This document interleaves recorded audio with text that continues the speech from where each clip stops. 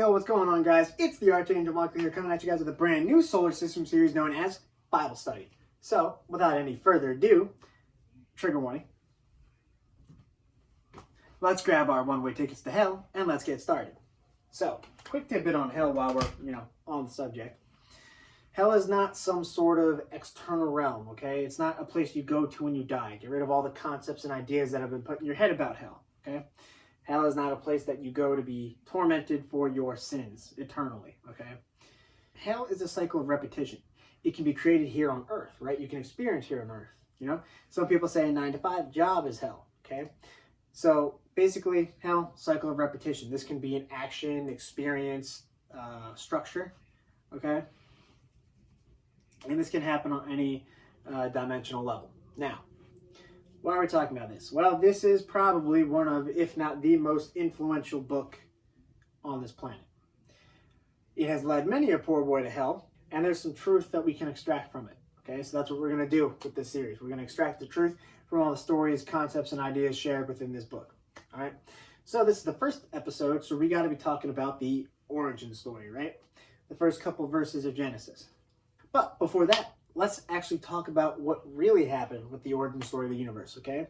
Once we understand that, we can break this down, okay? In the beginning, we had this nothingness. We only had the being known as God, that I call God, right? The one, the parameter, the oneness, right? The overall, okay? This being gave birth to 7 different ideas and concepts, right? You can think of this also as frequency. You can also think of it as spirits. Those spirits were love, intellect, wisdom, structure, doubt, hate, and jealousy, okay? Now, during this, they started to vibrate and interact with each other, okay? They wanted to, some of them wanted to prolong this expansion, right? So, the one that could do that the most is the one that got the most attention from other spirits. So let's start off with the spirit of love, okay? Love had loved and appreciated what had just happened, the expansion that took place. So by it loving it, it relating to itself. Now, wisdom and intellect.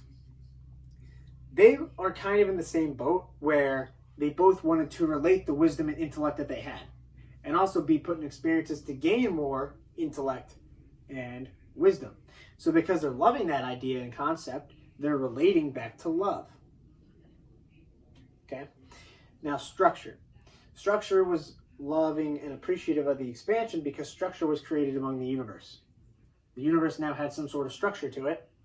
So it was very appreciative of that, and it relates back to love. Now, doubt.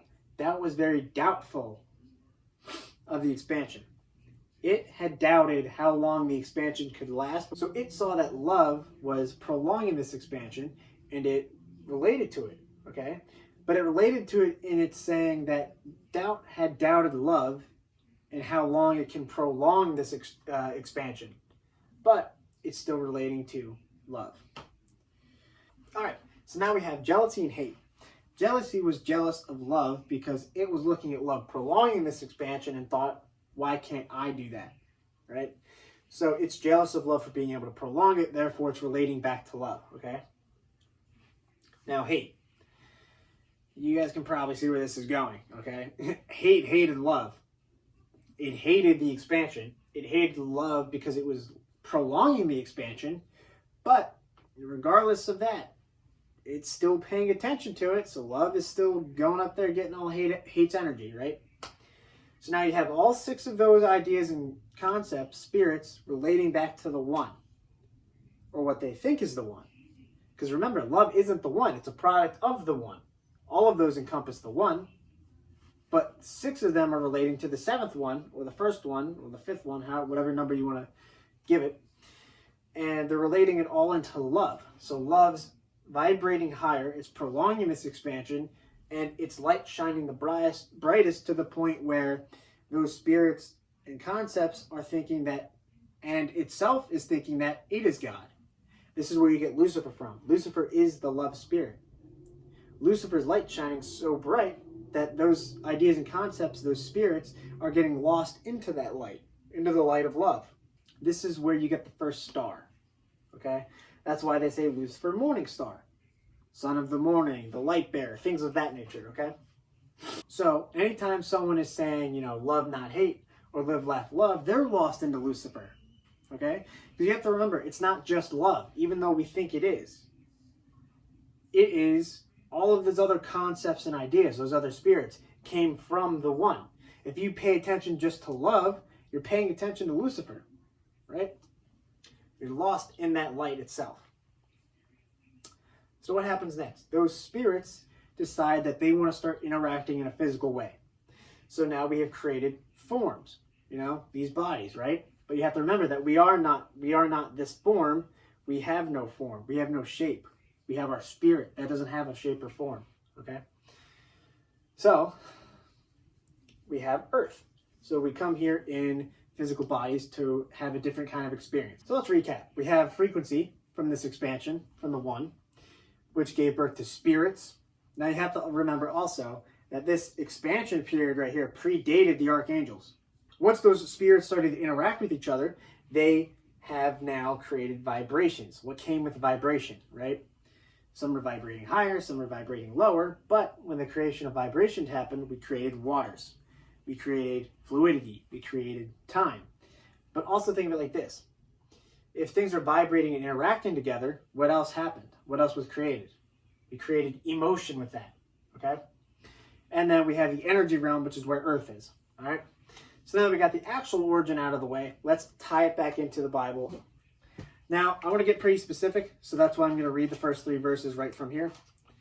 So in the beginning, God created the heaven and the earth, and the earth was without form and void, and darkness was upon the face of the deep, and the Spirit of his God moved upon the face of the waters. And God said, let there be light, and there was light. So, verse 1. And God created the heaven and the earth, okay? Heaven is also kind of like hell. It's not an external realm you go to when you die to experience, blissfulness for all eternity, whereas hell is the opposite, apparently. Hell can also be created here on earth by experiencing what you want. If hell is a concept of being trapped in this cycle of repetition, heaven's being able to experience what you want, okay? So earth. We already talked about earth, how it was created after spirits decided that they wanted to experience things from a human point of view, a human perspective, okay? A temporary human experience, right? So earth was created for that purpose. This being did not create earth, all right? Verse 2, I'm going to paraphrase it. That's talking about the deep, God's Spirit moving upon the face of the waters, okay? So this being calling itself God, this demon, has specifically said that there was water, okay? But it didn't tell you why there was water. It didn't tell you how it was water. People, who follow this religion or this concept of God, this book, claim that God is all powerful, right? But it didn't create this water. This water was already there, but it doesn't tell you why. Plot holes. Anyway, verse 3, and God said, let there be light, and there was light, okay? Now, this is the part that really just gets me, okay? It says, God said, let there be light, and there was light. But here's the thing. Your spirit doesn't need to talk. Talking is a human thing or an animal thing. Spirits don't talk. They just catch the waves of vibrations and frequencies, and that's how they communicate, right? But this being has attributed human nature to it. At that time, it was hard for people to relate to something with no shape and form, right? For us, it's easy when we're aware, I have taken upon this human form to experience things from a different perspective because that's what my spirit had desired. But my spirit has no shape and form. It just is, right? So it has attributed human form to itself to have humans at this time period relate to it. So the spirit had given itself human characteristics to make it easier for humans at this time period to relate to it, right? So, light. God said, let there be light. Well, here's the thing. Light already existed, God didn't have to talk. Well, I don't want to say God. Spirits don't have to talk, and light was already created. Remember that whole Lucifer moment where the first star was made? there's your light. Each spirit emits its own light. So light was already made. Plot holes again, you know. Anyways, those were the first 3 verses. Now we could go on into how it talks about the creation of the night and day, and you know, separation of the waters into the sea and the sky. But again, there's already water here, right? The earth was already formed, so that doesn't make any sense. And the creation of day and night happened before the first expansion happened, because when the expansion happened, spirits could start emitting their own light.